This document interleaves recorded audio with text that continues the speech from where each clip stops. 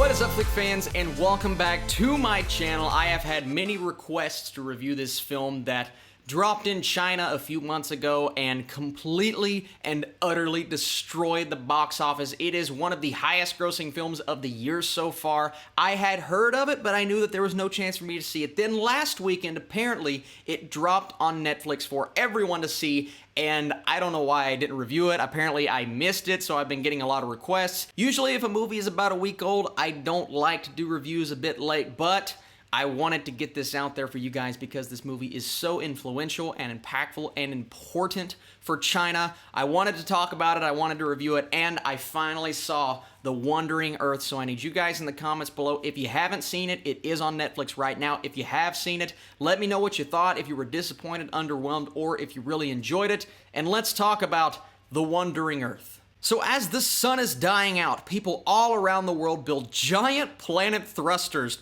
to move the Earth out of its orbit and sail to a new star system. Yet, the 2,500-year-old journey comes with unexpected dangers, and in order to save humanity, a group of young people in this age of a wandering Earth fight hard for the survival of humankind.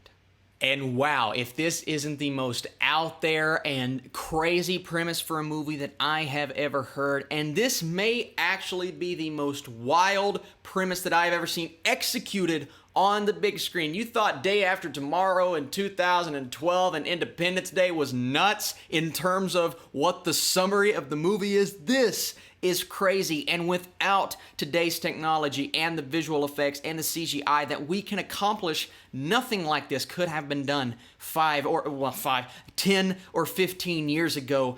And The Wandering Earth, I did not know if it was going to execute on all of those things because, like I always say, a lot of the times when you have something so outlandish, it's all about how the movie is directed and acted.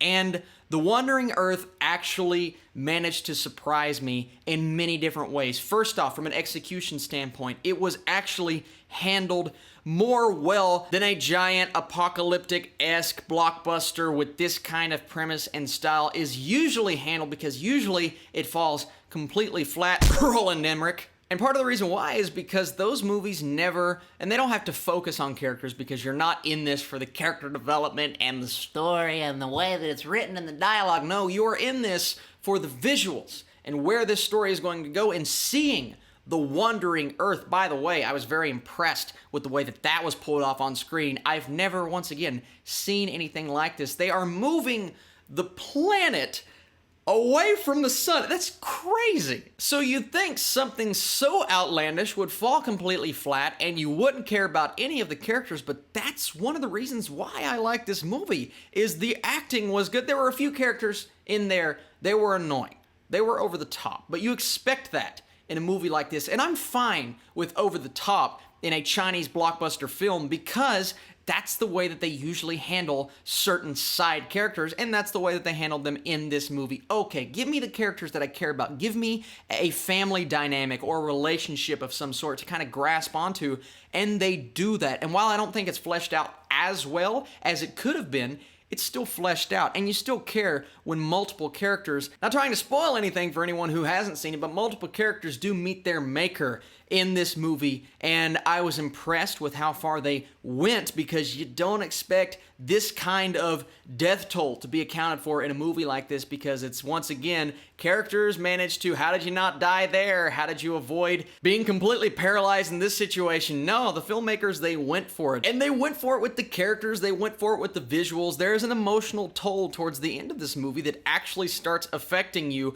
and a monologue at the end, which was fantastic. One of the most heroic monologues I have heard all year. And yes, to someone who has watched thousands of these disaster films and apocalyptic films, it could seem like another one that fits in that category. Oh, they're just a dime a dozen. And it's not the best movie I've seen all year. Absolutely. The writing could have been better, and I think more characters could have been fleshed out instead of just this specific family. And I wish the scale, now the scale is absolutely huge, but we only focused on this group of people. I wanted to see maybe a bit more of what's going on all around the world instead of just this one area. But then again, you can look at it and say, well, I like how they kept the story a bit smaller to focus on those characters, something that I did not anticipate them doing. Listen, I saw the summary, I saw the premise, I didn't expect to like this movie because it felt like it was going to be another disaster flick, another, oh, it's just all CGI, no character development. Well, there was character development. There was a lot of CGI, and there were a lot of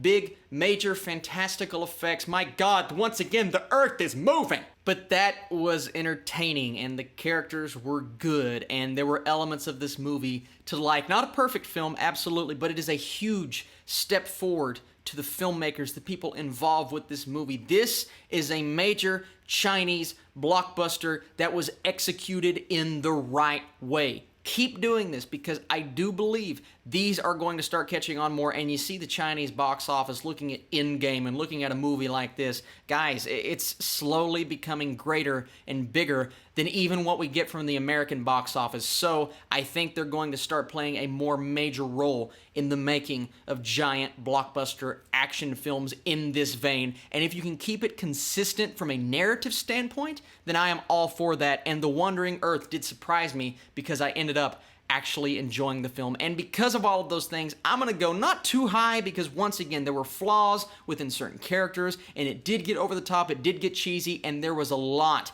of CGI. And every now and then the CGI did not completely work for me. And maybe some people will watch this and say this message was too on the nose. They were trying to get a point across, and maybe they forced their hand a bit too much. I'm looking at it from more of a surface level perspective, and just looking at it that way, I see a big blockbuster disaster movie with decent characters and a story that will, I think, get you invested if you give it a chance. I'm gonna go 63% with The Wandering Earth. It was solid, man. It really was. I appreciate every one of you guys who recommended this movie, told me it was on Netflix. Once again, I look at the comments and I appreciate you guys giving me the opportunity to watch and review a film like this. And to everyone who has seen it and really enjoyed it, I appreciate you guys for doing that for me. Thank you so much for watching this video. More reviews, more special videos coming out very soon. One tomorrow morning. Be on the lookout for that. I will catch you guys very soon.